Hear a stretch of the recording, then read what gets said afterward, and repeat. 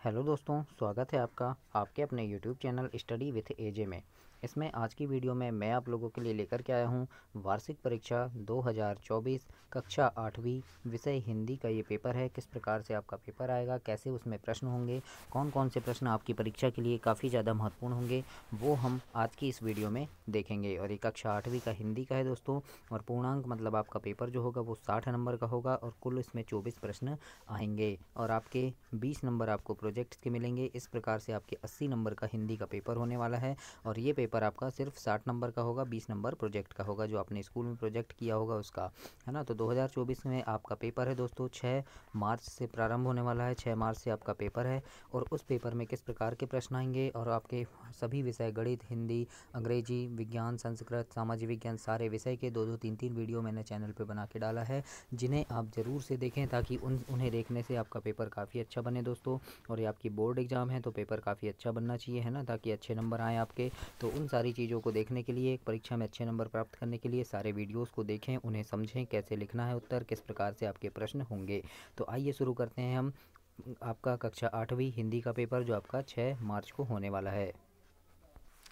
तो दोस्तों इसमें सबसे पहले आपको वैकल्पिक प्रश्न पूछे जाएंगे जो आपके प्रश्न नंबर 1 से 10 तक होंगे, जो आपके एक एक नंबर के प्रश्न होंगे, है ना। वैकल्पिक प्रश्न यानी विकल्प पूछेंगे, उनमें 4 उत्तर रहेंगे, उनमें से एक उत्तर सही है जो आपको लिखना है। तो देखते हैं कि कौन कौन से प्रश्न आपको करना चाहिए और ऐसे 2-3-4 वीडियो हैं, सभी को देखना जिनमें से काफ़ी सारे प्रश्न आपके क्लियर होंगे। और चैनल सब्सक्राइब करना सारे वीडियोज़ को देखने के लिए, क्योंकि परीक्षा के बीच में भी मैं इंपॉर्टेंट प्रश्नों की वीडियो डालूंगा तो वो भी आपको समय पर मिल सके, इसलिए चैनल सब्सक्राइब कीजिएगा। जैसे पहला एक है, प्रश्न नंबर 1 है कि माँ वीणा वादिनी से क्या तात्पर्य है, किस देवी से है ना। माँ वीणा वादिनी से तात्पर्य किस देवी से है, तो इसका उत्तर क्या हो जाएगा, माँ सरस्वती। तो 100 नंबर में लिखा है तो ऐसे हम उत्तर में लिखेंगे माँ सरस्वती से है। तो इस प्रकार से आप कंप्लीट करेंगे इसे। प्रश्न दूसरा देखते हैं। दूसरे प्रश्न में पूछा है नौ नभ के 9 विहग वृंद को पंक्ति में अलंकार है, तो इसमें कौन सा अलंकार होगा दोस्तों, अनुप्रास अलंकार होगा। क्यों, देखो यहाँ पे न न न है ना, मतलब एक ही वर्ण, एक ही अक्षर बार बार आए तो उसमें क्या होता है, अनुप्रास अलंकार होता है। तो देखो नौ नभ नौ, है ना, तो इस प्रकार से आ रहा है तो ये क्या होगा, अनुप्रास अलंकार हो जाएगा। 2 नंबर आपका इसमें सही उत्तर होगा। अलंकार से प्रश्न बनेंगे आपको तो ध्यान से और पढ़िएगा। फिर लिखा है तल्लीन में उपसर्ग क्या है, तो उपसर्ग शब्द के पहले में लगता है ना, तो तल्लीन में क्या उपसर्ग हो जाएगा आपका, तत् हो जाएगा, क्योंकि तल्लीन का विच्छेद करेंगे हम तो तत् धन लीन होगा, है ना। तो यहाँ पे शब्द के जो पहले लगता है वो उपसर्ग कहलाता है, तो तत् यहाँ पे उपसर्ग होगा। इस प्रकार से आपको लिखना है दोस्तों। और प्रत्यय पूछा तो प्रत्यय कहाँ लगता है, प्रत्यय बाद में लगता है ना। तो इस प्रकार से तीसरा प्रश्न होगा। तो तीसरा प्रश्न आपका किससे पूछा है, उपसर्ग से, तो उपसर्ग भी आपको पूछा जाएगा पेपर में। चौथा प्रश्न है प्रख्यात संतूर वादक थे, कौन थे, तो अलाउद्दीन खान जो थे ये प्रख्यात संतूर वादक थे। तो इसमें आपका अ नंबर सही उत्तर हो जाएगा दोस्तों, अलाउद्दीन खां। और दोस्तों चैनल पे मैंने वैकल्पिक प्रश्नों की वीडियो डाला है जिनमें 50-50 वैकल्पिक प्रश्न हैं, है ना। तो उन्हें पढ़िएगा क्योंकि वो सारे प्रश्न जो हैं वो वैकल्पिक प्रश्न हैं। जैसे 50 वैकल्पिक प्रश्न मैंने हिंदी के डाला है, तो उन्हें पढ़ेंगे तो वहाँ से आपके काफ़ी सारे वैकल्पिक प्रश्न कंप्लीट होंगे, है ना, जिससे कि आप उनमें उसे कंप्लीट कर सकते हैं। ऐसे ही पर्यावरण का है, अंग्रेजी का है, विज्ञान का है, सामाजिक विज्ञान का है, सारे विषय के वैकल्पिक प्रश्नों की वीडियोज़ मैंने डाला है चैनल में। तो जिनमें 50-50 वैकल्पिक प्रश्न है तो उन्हें ज़रूर से देखिएगा चैनल सब्सक्राइब करके। प्रश्न 5वां देखते हैं। लिखा है प्रभु जी तुम चंदन हम पानी, इस पंक्ति में यह पंक्ति किस कवि की है, तो ये पंक्ति है दोस्तों रैदास की, है ना। रैदास ने लिखा था प्रभु जी तुम चंदन हम पानी, है ना। इस प्रकार से ये पंक्ति जो है वो रैदास की है। तो 100 नंबर इसमें आपका सही उत्तर होगा। प्रश्न नंबर 6 है हृदय भर आना मुहावरे का अर्थ क्या है, तो हृदय भर आना मतलब होता है दुखी होना। मुहावरे से भी प्रश्न बनेंगे दोस्तों आपके, तो हृदय भर आना मतलब दुखी होना आप इसमें लिखेंगे, सही उत्तर होगा आपका। इसके बाद प्रश्न नंबर 7 है गीता में कुल कितने श्लोक हैं, वेरी इंपॉर्टेंट प्रश्न है। तो गीता में 700 श्लोक हैं दोस्तों, याद रखिएगा कितने श्लोक हैं, 700 श्लोक हैं। और पूछेगा सबसे पहला पुराण कौन सा है, तो मत्स्य पुराण सबसे पहला पुराण है, आप लिखिएगा ऐसे। प्रश्न 8 में देखते हैं सम्राट विक्रमादित्य ने संवत का प्रचलन प्रारंभ किया था, कौन से संवत का, तो विक्रम संवत का प्रचलन प्रारंभ किया था किसने, महाराज विक्रमादित्य ने। तो 100 नंबर इसमें आपका सही उत्तर होगा, हमने पाठ में पढ़े भी हैं, है ना। तो इससे प्रश्न बनेंगे दोस्तों। प्रश्न नंबर 9 है इतिहास से संबंधित शब्द के लिए प्रयुक्त होगा। इतिहास से संबंधित शब्द को हम क्या कहते हैं, ऐतिहासिक कहते हैं, याद रखना है ना। ऐतिहासिक में ए आएगा, ए एडिंग वाला ए, है ना। तो इसलिए 2 नंबर इसमें आपका सही उत्तर होगा। प्रश्न नंबर 10 पूछा है कि सिर घोट घोट पर चुटिया थी लहराती, थी तोंद लटक घुटनों को छू जाती। इस पंक्ति में कौन सा रस है? तो इसमें होगा दोस्तों हास्य रस, क्योंकि हमने रस पढ़ा है कि जिस काव्य को पढ़ने से, है ना, रस की परिभाषा भी याद रखना आप, जिस काव्य को पढ़ने से आनंद की प्राप्ति होती है उसे हम रस कहते हैं, है ना। और जिस प्रकार के रस की आनंद की प्राप्ति होगी वो वैसा रस कहलाएगा। जैसे इसको पढ़ेंगे हम तो हंसने की प्रवृत्ति, है ना, हंसी आएगी, तो ये क्या हो जाएगा? हास्य रस होगा। इस प्रकार से ब नंबर आपका सही उत्तर होगा। अब इसके आगे आ गया है दोस्तों लघुत्तरी प्रश्न, जो आपके प्रश्न नंबर 11 से 20 तक होंगे, जो आपके 3-3 नंबर के पूछे जाएंगे 11 नंबर से 20 नंबर तक के प्रश्न। और यहाँ काफ़ी इंपॉर्टेंट प्रश्न है, तो इनके उत्तर कैसे लिखना है, कौन कौन से प्रश्नों को पढ़ना है, वो सारी चीज़ें देखें। और कोई प्रश्न आपसे नहीं बन रहा है दोस्तों तो उसे नोट कर लें, ताकि समय पर आपको सारी चीज़ें मिल सके और आप परीक्षा में अच्छे से लिख सकें और आपके अच्छे नंबर आ सकें। आइए देखते हैं प्रश्न नंबर 11 है, वेरी इंपॉर्टेंट प्रश्न है कि नौ नभ के माध्यम से कवि क्या कहना चाहता है? तो इसके उत्तर में लिखिएगा, नौ नभ के माध्यम से कवि कहना चाहता है कि सभी प्राणी नए भारतवर्ष की रचना करें और उन्हें इस निर्माण में सभी नए साधन प्राप्त हों। इस प्रकार से आपको प्रश्न 11 का उत्तर लिखना है। और दोस्तों कोई डाउट है, वीडियो कैसी लग रही है, सारी चीज़ें मैं बहुत मेहनत से लेकर के आ रहा हूँ, कमेंट करके ज़रूर बताइएगा। प्रश्न नंबर 12 देखते हैं, बाली को क्या वरदान प्राप्त था? ये भी वेरी आईएमपी प्रश्न है आपका।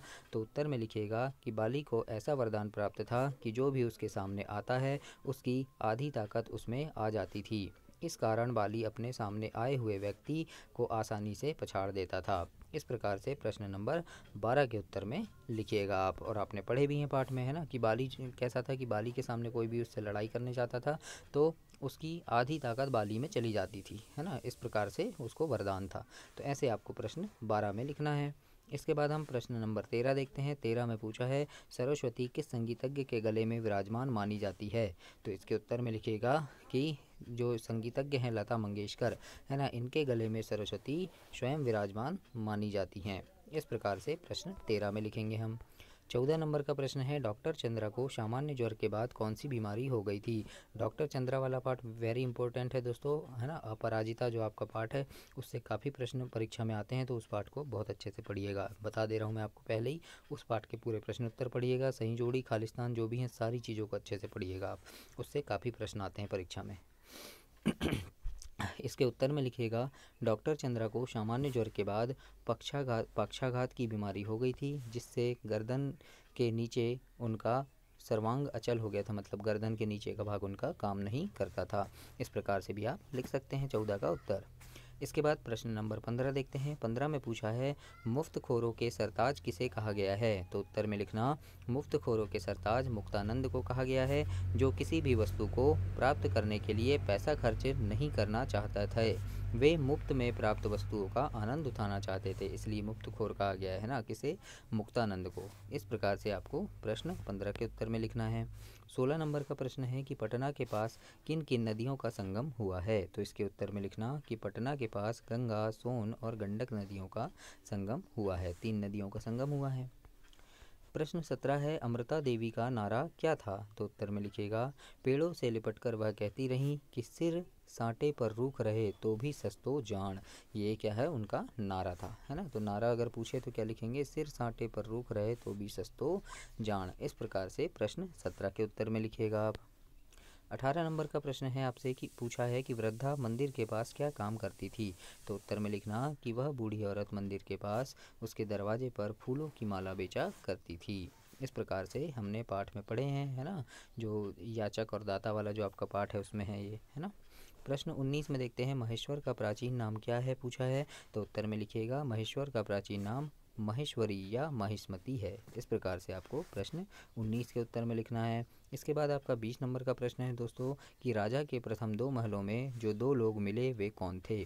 तो उत्तर में लिखना कि राजा के प्रथम 2 महलों में जो 2 लोग मिले उनमें क्रमशः 17-18 वर्ष का एक युवक और 19-20 वर्षीय अदिति सुंदर कन्या थी, है ना। तो इस प्रकार से 2 लोग क्या थे? महल में मिले थे।